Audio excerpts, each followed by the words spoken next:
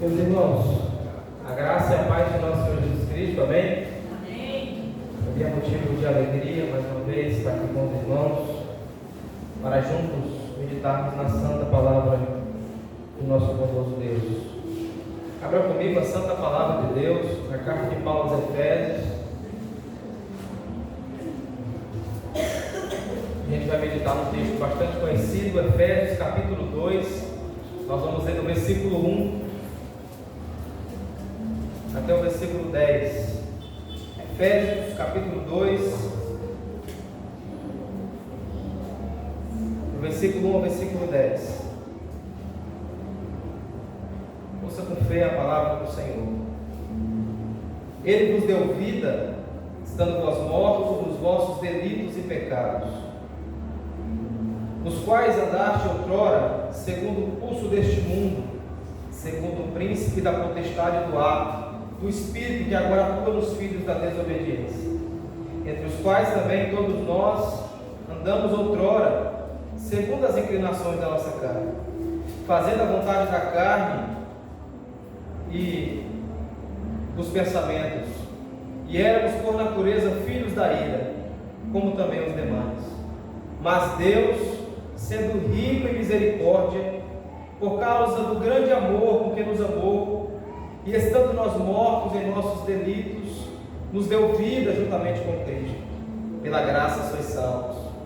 E juntamente com Ele nos ressuscitou e nos fez assentar nos lugares celestiais em Cristo Jesus, para mostrar nos séculos vindouros a suprema riqueza da sua graça em bondade para conosco em Cristo Jesus. Porque pela graça sois salvos mediante a fé, e isto não vem de vós, é dom de Deus, não de obras, para que ninguém se glorie, pois somos feituras dele, criado em Cristo Jesus para boas obras, as quais Deus de antemão preparou para que andássemos nelas. Amém? Curva sua cabeça, vamos mais uma vez ao Senhor em oração.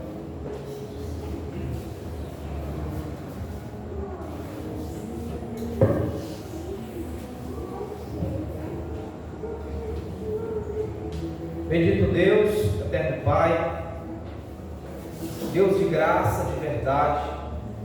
Pai, nós somos pecadores, merecedores, ó Deus, da Tua ira, Pai, do Teu julgamento, Senhor. Pai, nos achegamos a Ti cônscios da nossa pequenez, da nossa debilidade, reconhecendo, Senhor, que somos pecadores e dependemos de Ti e da Tua graça, Senhor. Temos consciência que sem Ti nada podemos fazer, Senhor, e somos totalmente dependentes do Senhor. Ó Deus, fala conosco essa noite, Pai. Enche o nosso coração, Pai. Prepara o nosso coração como uma terra boa, Pai, para que assim possamos receber a Tua palavra, Deus, para que ela germine, para que ela frutifique em nossa vida. Auxilia-me, Senhor, ajuda-nos nessa noite, para que assim possamos, ó Deus, sermos edificados pela Tua santa e gloriosa palavra. Tudo isso te peço em nome de Jesus. Amém e amém.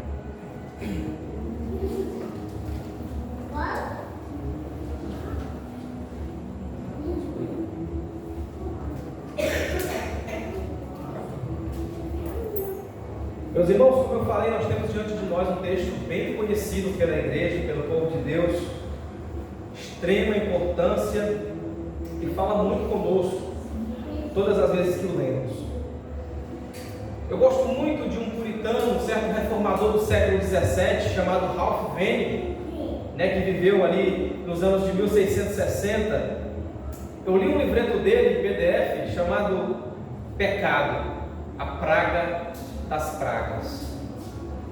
No ano de 1660, em Londres, ali na Inglaterra, onde ele morava, estava acontecendo aquilo que ficou conhecido pela história como a peste bubônica, uma praga terrível, onde devastou famílias inteiras, onde muitos chegavam em certas casas, onde era um lar preenchido por pessoas, e você vê casas vazias, sem ninguém mais, pelo fato da peste bubônica, da peste negra ter ceifado aquelas vidas. Então não eram dias fáceis para ele, naquele ano de 1660, que vitimou entre 75 a 100 mil pessoas, ou seja, praticamente um quarto da população de Londres na época, durante 18 meses, foi vitimada por essa peste que assim ocorreu. No período dessa peste negra, dessa peste bubônica que aconteceu com aquele povo, Ralph Vaughan, um servo de Deus, pregador das boas novas do Evangelho, ele escreve um livro com o título que eu falei, O Pecado, a Praga das Pragas, que expõe nesse livro um grande tratado a respeito do que é o pecado e da sua malignidade. Ele diz, olhando para aquela praga, para aqueles acontecimentos, para aquelas casas devastadas por causa daquela pestilência, daquelas famílias que foram ceifadas, quase um quarto daquela população ceifada, ele vê e diz, e meditando nas Escrituras, ele diz: não há praga maior e mais mortal do que o pecado, que assassinou o nosso Senhor Jesus Cristo naquela cruz. Ele descreve o pecado como sendo vil, feio, como algo odioso, como algo pestilento, nocivo, hediondo, venenoso, abominável e mortal. Olha só os termos que ele utiliza quando ele descreve e fala a respeito do pecado, do que o pecado é capaz de fazer com o ser humano, com a raça humana. Temos aqui diante de nós um texto a qual Paulo coloca de forma bem clara o nosso retrato outrora, antes de conhecermos a graça de nosso Deus, antes de sermos conhecidos e chamados pelo Senhor Jesus Cristo à luz gloriosa do Evangelho. Irmãos, se nós não tivermos um entendimento correto acerca do pecado, do poder, da malignidade do pecado no coração do ser humano, é impossível nós termos um encanto com o Evangelho de nosso Senhor Jesus Cristo, ver a gloriosidade do Evangelho. É preciso, portanto, que nós entendamos o perigo mortal do pecado no coração de cada homem. Paulo, no capítulo 1 dessa epístola aos Efésios, ele bendiz a Deus, como diz no verso 3: bendito Deus e Pai de nosso Senhor Jesus Cristo, que nos tem abençoado com toda sorte de bênçãos espirituais nas regiões celestiais em Cristo Jesus. Paulo, no primeiro capítulo dessa epístola, ele bendiz a Deus pela bênção da salvação dada a eles, aqueles irmãos, pelo fato de Deus, muito antes de criar todas as coisas, ter escolhido a nós como seu povo, ter dado a nós o título de eleitos de Deus, de aqueles que já eram conhecidos por meio de Cristo Jesus, muito antes de todas as coisas. Ele bendiz a Deus pela gloriosidade do Evangelho, pela maravilhosa salvação sendo manifesta a nós, pecadores indignos. Mas ele começa o versículo 1 do capítulo 2 dizendo: Ele vos deu vida, estando vós mortos nos vossos delitos e pecado. Ele vos deu vida quem? Deus. Paulo vai mostrar nos versículos 1, 2 e 3 o retrato de uma Paulo, que é como se ele estivesse pintando um quadro do que é o pecado no coração do homem. É como se ele estivesse pintando um retrato da situação do homem diante de Deus. Ele diz: Ele vos deu vida, estando vós mortos nos vossos delitos e pecados. Ou seja, o homem diante de Deus é alguém que está morto. Paulo não está falando de uma morte física, não está falando de algo físico. Paulo está falando a respeito de algo espiritual. Paulo está mostrando para os irmãos em Éfeso que a condição de todo homem após a queda é de pecadores, infratores da lei de Deus. Interessante, irmãos, nós entendermos o pecado, para que assim possamos entender o conselho de Deus, o Evangelho de nosso Senhor Jesus Cristo. E Paulo diz que Deus nos deu vida estando nessa condição. Ser morto espiritualmente significa não ter a graça de Deus na vida. Nós estávamos espiritualmente mortos nesses delitos e pecados. Paulo não está falando só relacionado somente a algo físico, mas a respeito da nossa condição eterna diante de Deus.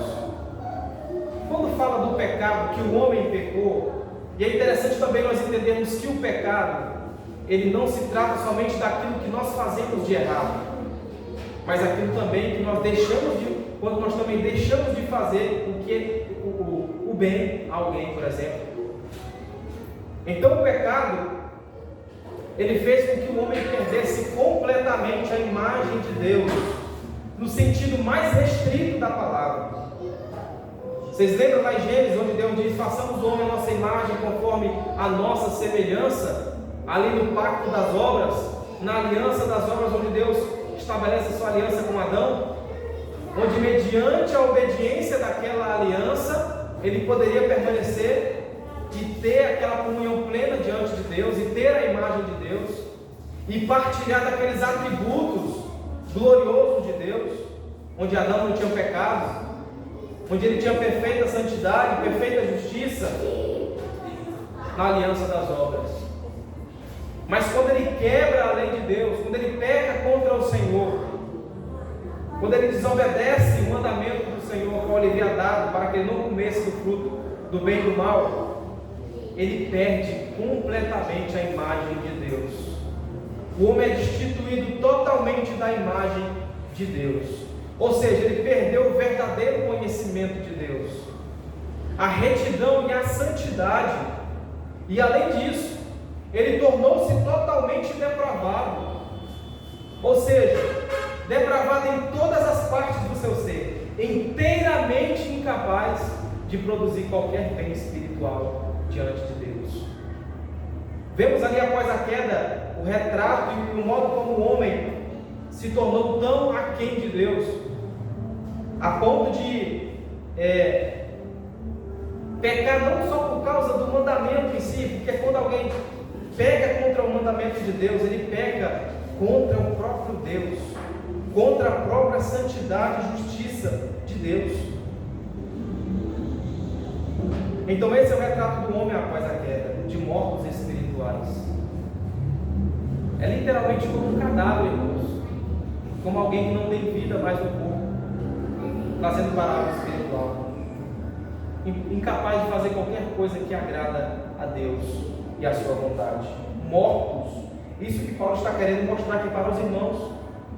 A condição que Deus deu vida para vocês e concedeu a graça a vocês foi no estado que vocês estavam incapazes totalmente de se dirigirem a Ele, mediante o próprio esforço de vocês. Deus agradou dar a vocês, por mais que vocês estivessem nessa condição, a vida.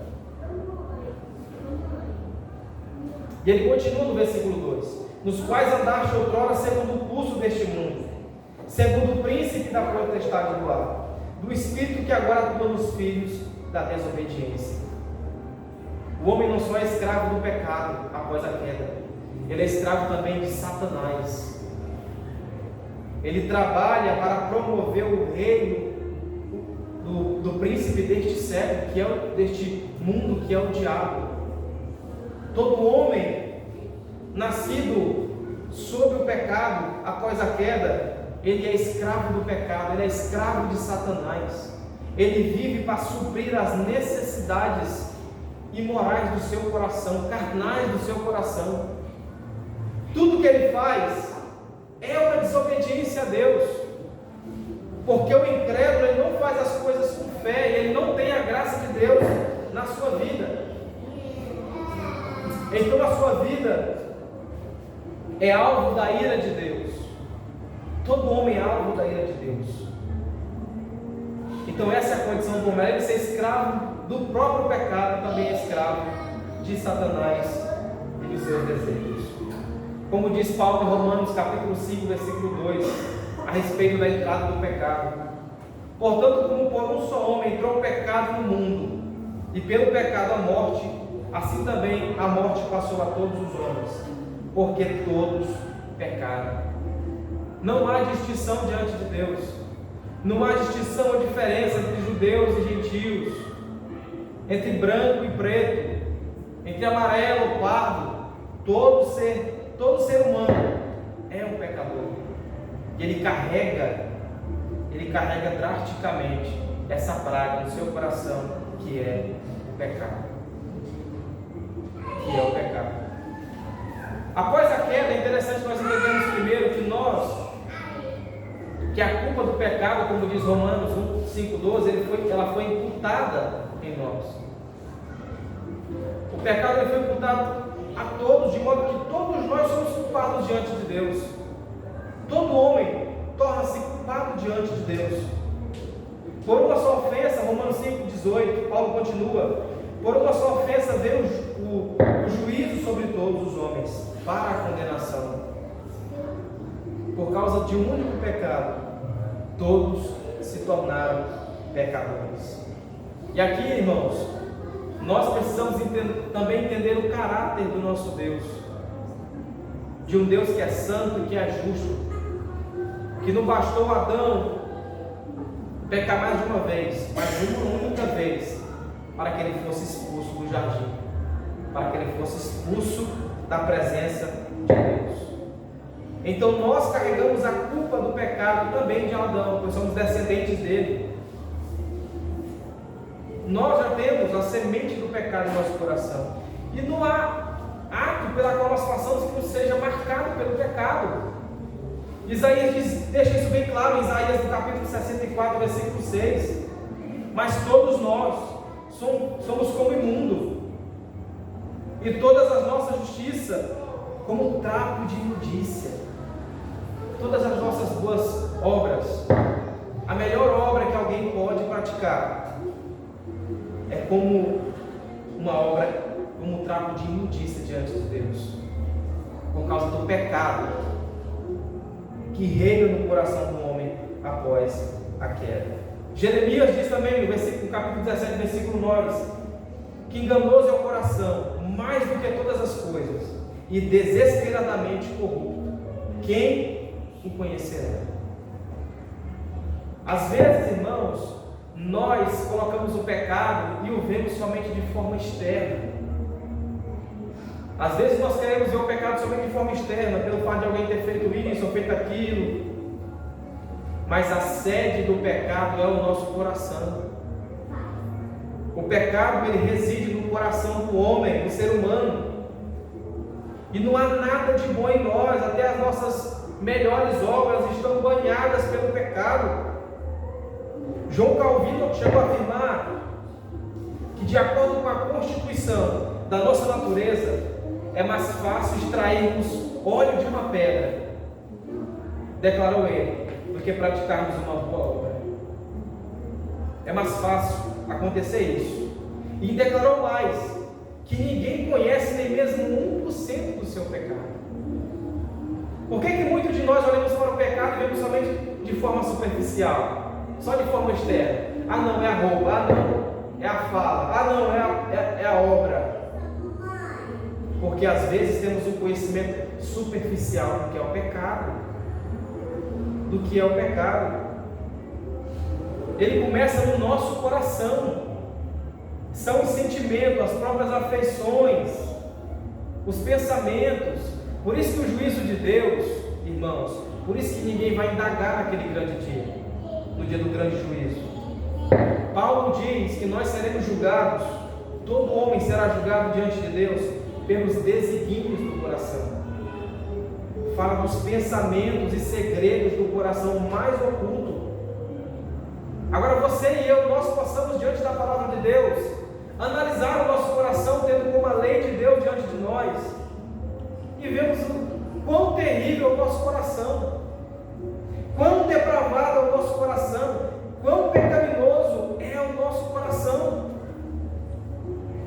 Nós nos achamos tão bonzinhos, né? Nos achamos tão bom que amamos e fazemos coisas boas, mas quando é colocado a lei de Deus diante de nós, os mandamentos do Senhor, nossa face é colocada no chão, no pó.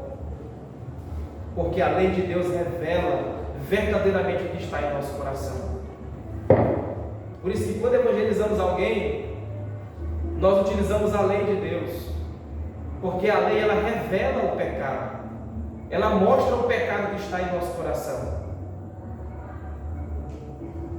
Então o problema maior não está em si nas obras, apesar de que isso é fruto do pecado do coração. O pecado, ele está de forma intrínseca e tem por sede o coração do homem. O próprio João Calvino fala isso, que o nosso coração, ele é uma máquina de idolatria. De idolatria. Às vezes fazemos bem não pensando no próximo, às vezes em nós mesmos. Em algo nos promover, ou para que nós sejamos vistos.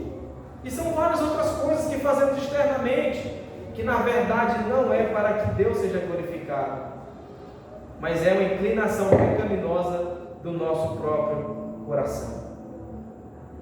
Então o pecado é terrível. Ralph Vanig olha para aquela devastidão de gente morrendo por causa daquela pestilência, e agora também eu lembro do coronavírus, desse vírus terrível. Não há nada pior, irmãos, do que o pecado. Porque o vírus, o coronavírus matou fisicamente. A peste, da qual ele fala também, no século XVII, matou fisicamente. O pecado não. O pecado ele mata espiritualmente, eternamente, fazendo com que o homem seja alvo da ira de Deus eternamente, recebendo a maior penalidade por causa do pecado.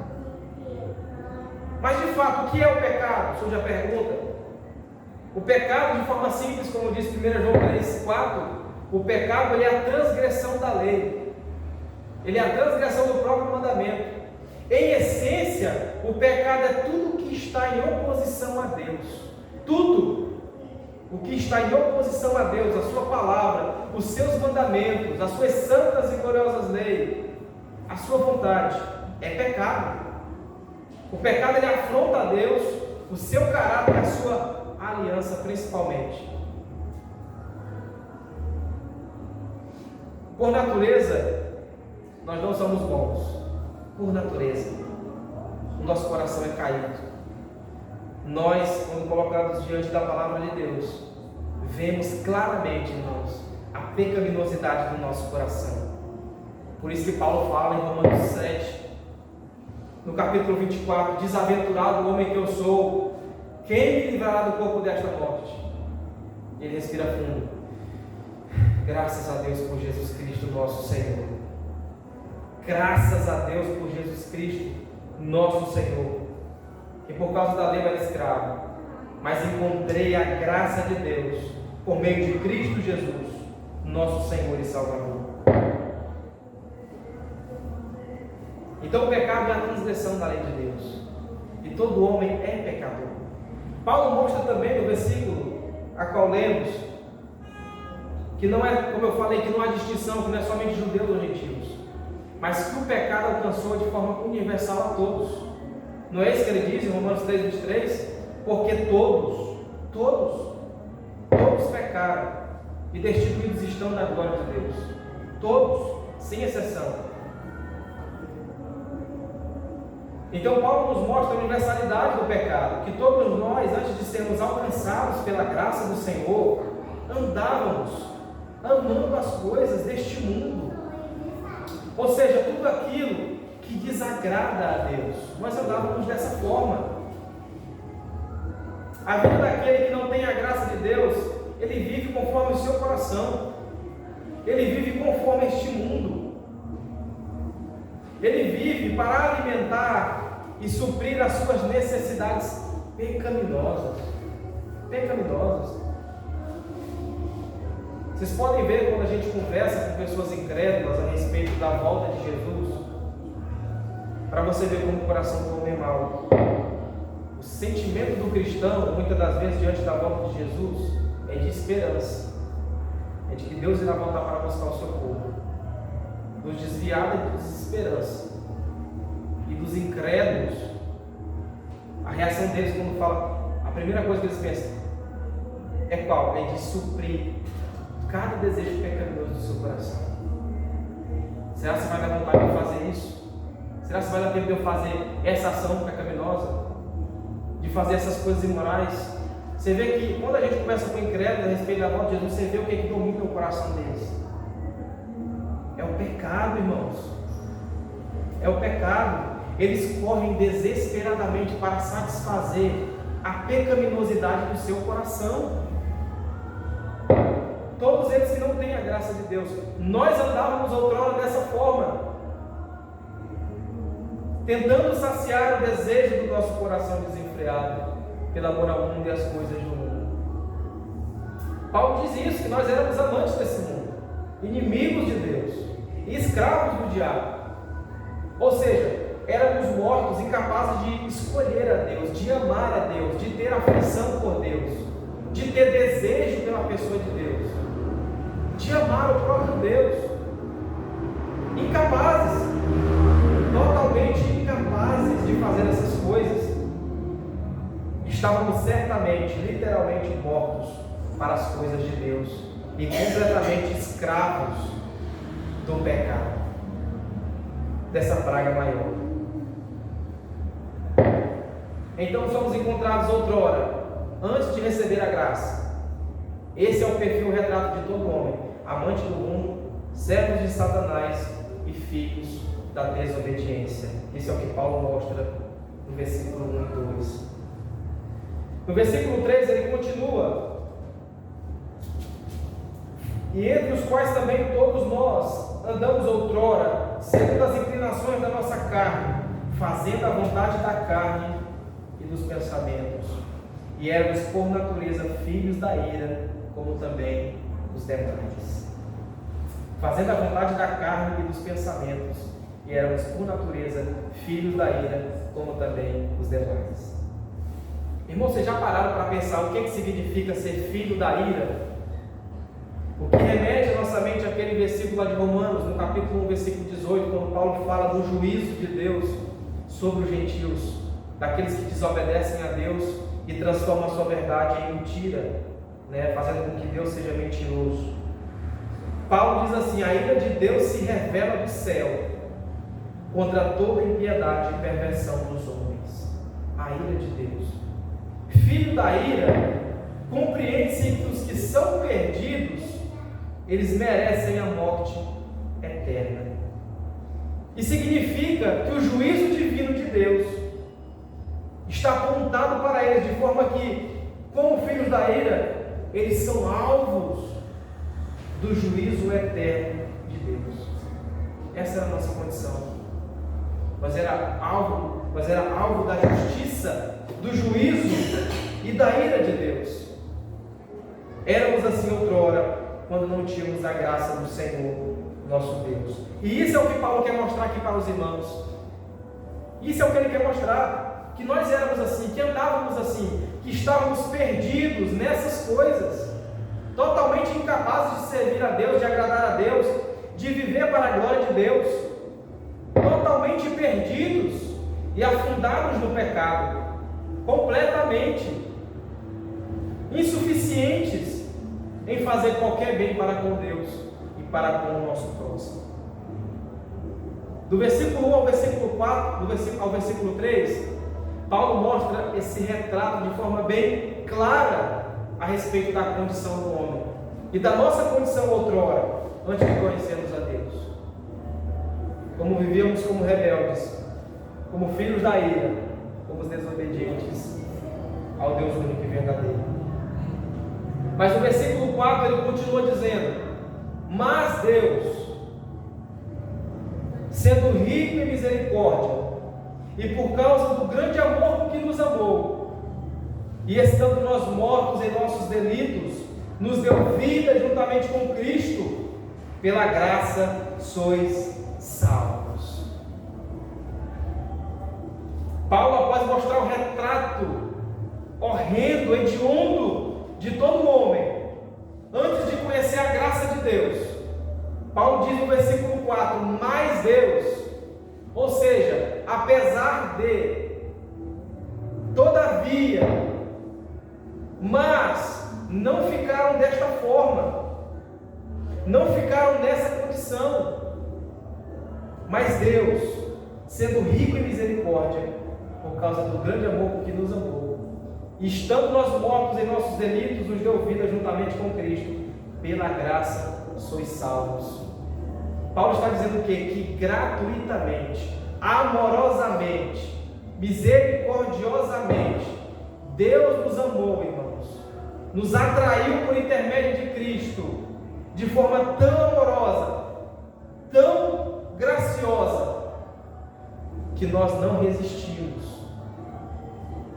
que nós fomos totalmente chamados e capacitados por Deus para vermos a glória de Cristo, de graça, completamente de graça, completamente sendo merecedores da ira de Deus e do juízo de Deus. Deus, pela sua infinita graça e misericórdia, sendo rico em misericórdia, Ele nos amou. Tudo isso por causa do seu grande amor, por causa da sua grande misericórdia. Aquele Deus que julga, que condena e que mostra a nossa condição, é porque Ele quer revelar o seu amor ao seu povo.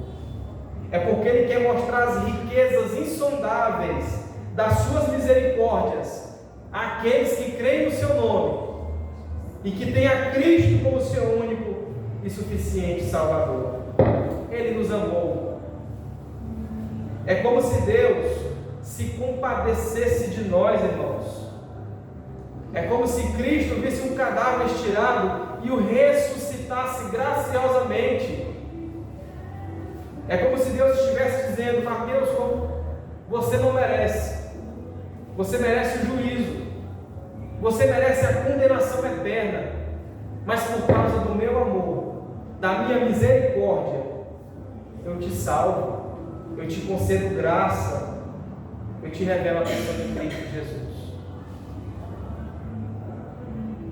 Nós estávamos literalmente mortos, irmãos. Mas Deus, juntamente com Cristo, nos salvou pela graça. A salvação, ela é completamente pela graça. Paulo mostra primeiramente o nosso estado de miséria, para que nós entendamos que a salvação não depende de nada de nós, que a salvação não depende do nosso esforço, que a salvação não depende do nosso intelecto, da nossa sabedoria. Isso diante de Deus é considerado nada, irmãos. Nada. Deus nos salvou graciosamente, somente por causa do seu amor e da sua misericórdia. A salvação é por graça, do início ao fim. Do início ao fim. O que nos sustenta é a sua graça. O que faz com que nós creiamos em Jesus é a graça de Deus. O que faz com que nós persevere na fé é a graça de Deus. É a graça soberana de Deus. Graça, favor imerecido a pecadores. A pecadores que mereciam uma condenação, que mereciam morrer nos seus delitos e pecados. Mas Deus, ricamente amoroso, misericordioso, se compadece de nós e revela a nós o seu amor indizível, o seu amor indescritível. E ele continua no versículo 6, no versículo 7, para mostrar nos séculos vindouros a suprema riqueza da sua graça, em bondade para conosco, em Cristo Jesus. Porque pela graça sois salvos, mediante a fé, e isso não vem de vós, não é de nós, é dom de Deus, é um presente de Deus, não de obras, para que ninguém se glorie. Porque pela graça sois salvos. Irmãos, vocês entendem a gloriosidade do Evangelho? De que quando olhamos para o nosso cenário e condição, antes de conhecermos a Deus, e vemos a miséria, a praga do pecado, o câncer que é o pecado no nosso coração, e Deus amorosamente nos cura disso.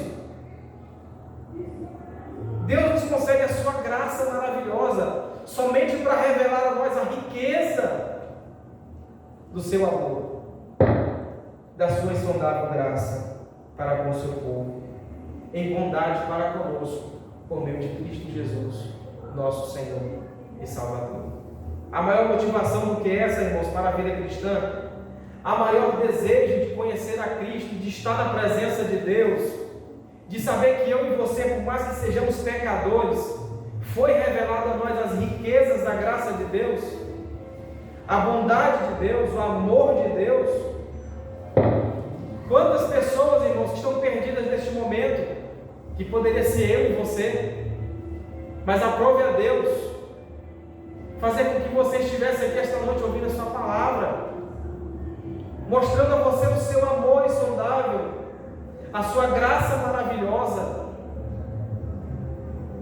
essa salvação que foi dada para nós como presente de Deus, como graça, como favor imerecido de Deus, não de obras, para que ninguém se glorie.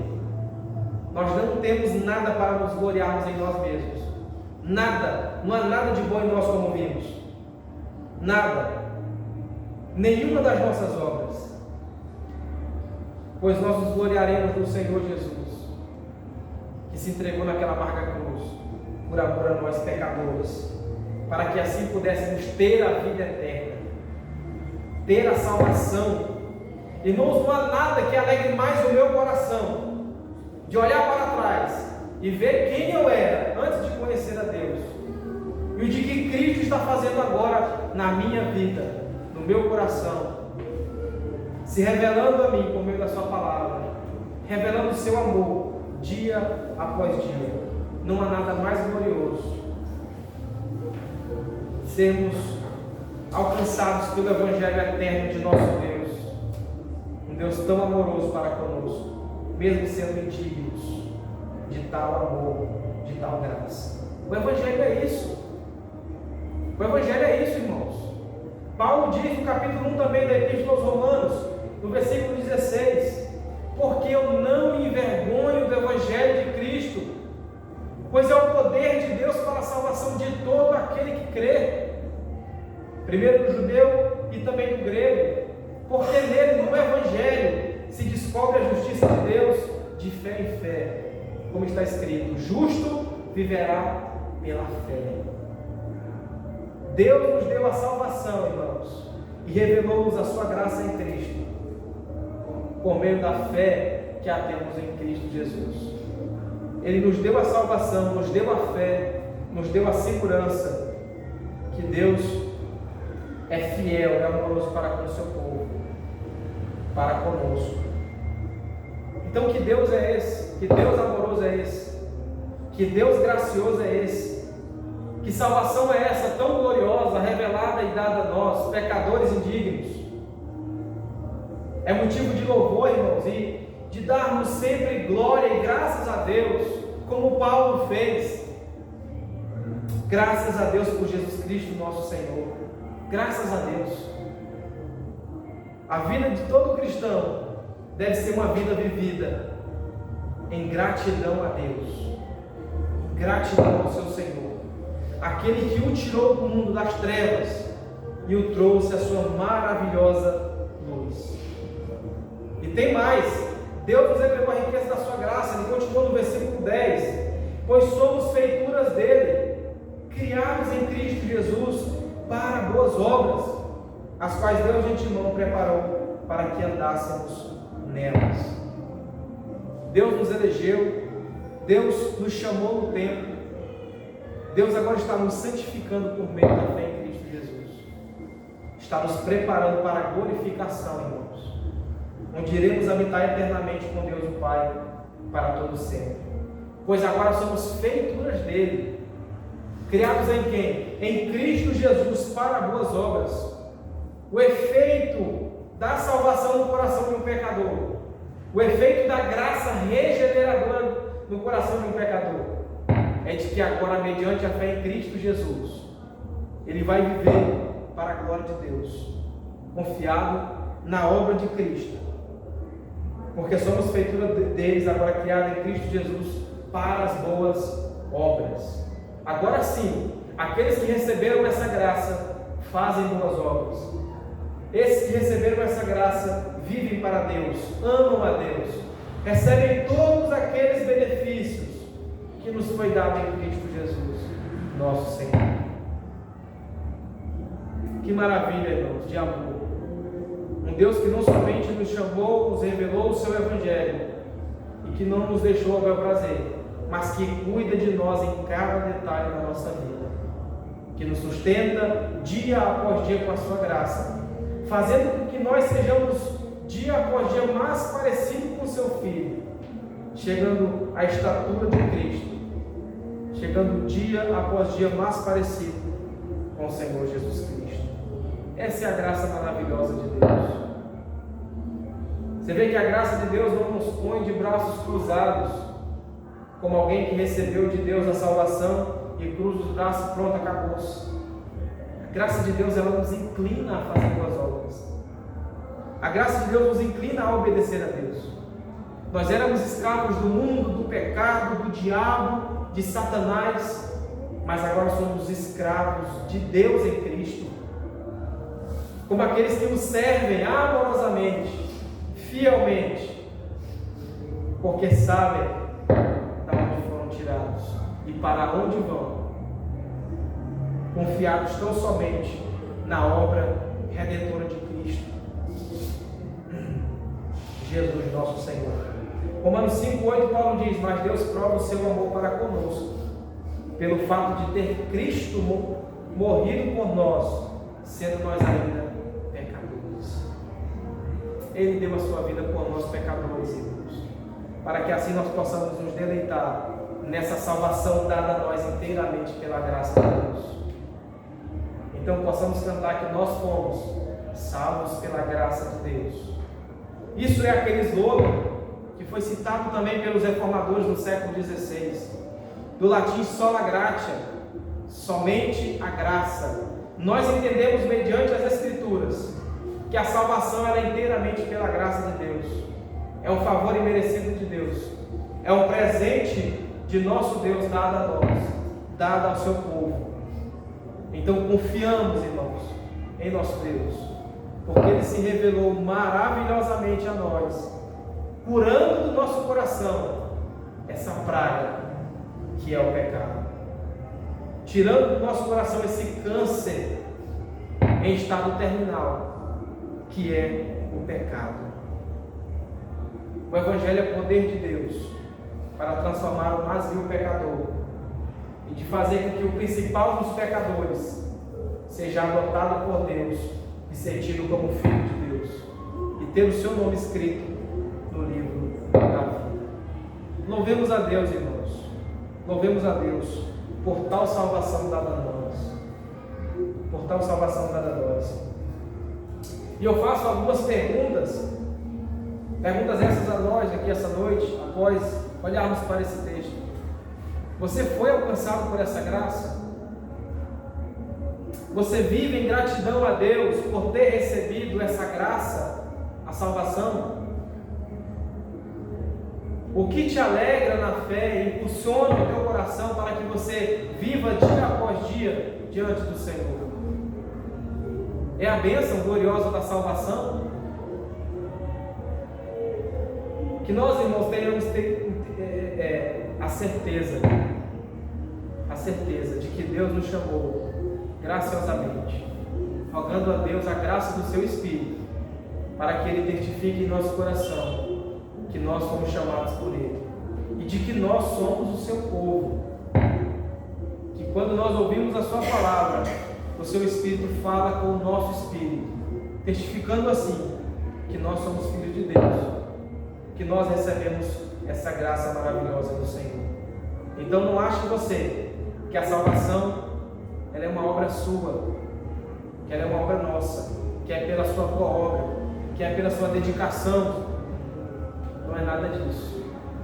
Aquele que opera em vós, tanto querer quanto o realizar. Paulo está falando a respeito de Jesus. É Ele que opera em nosso coração essa obra maravilhosa. É Ele que nos prepara, que nos chama até aquele último dia, irmãos. Até aquele grande dia onde vamos estar diante do Senhor. Sejamos gratos a Deus por termos recebido essa riqueza da graça de Deus. E temos sempre em nosso coração de que nós somos incapazes de fazer qualquer bem diante de Deus. E que estamos de pé, não por causa de nós mesmos, mas por causa de Cristo e da sua obra na cruz do Calvário. E que temos essa confiança nele, de que Deus, ao revelar a sua graça a nós, por mais que sejamos pecadores indignos, Ele nos fez figura de Deus por meio de Cristo, para que vivamos assim novidade de vida. Amém, meus irmãos? Deus em Cristo nos abençoe. Vamos orar ao Senhor mais uma vez. Bendito Deus, eterno Pai, Senhor amado, Pai, nós nos prostramos ante a Tua gloriosa palavra, Senhor, e reconhecemos a nossa debilidade e pequenez, Senhor. E bendizemos a Ti, Senhor, pela bênção tão gloriosa da salvação dada a nós, Pai. Salvação essa dada gratuitamente a nós, ao Seu povo. Salvação essa, Pai, que nos alcançou amorosamente em Cristo. Onde aprove ao Senhor revelar a Cristo a nós, abrindo o nosso entendimento, Pai, iluminando o nosso entendimento, os nossos olhos, para que possamos ver a Cristo, para que possamos contemplar a salvação em Cristo, sabendo que de Cristo, Pai, vem essa gloriosa certeza, essa gloriosa salvação. Ajude o Teu povo, Pai, ajude a Tua igreja, para que assim possamos permanecer conscientes de que a nossa salvação está nas mãos do Senhor. Por isso assim estamos felizes e alegres, sabendo que o Senhor é poderoso para nos guardar do maligno, de nos apresentar irrepreensíveis diante da sua glória. Tudo isso te peço, Pai, rogando, no nome de Jesus. Amém e amém.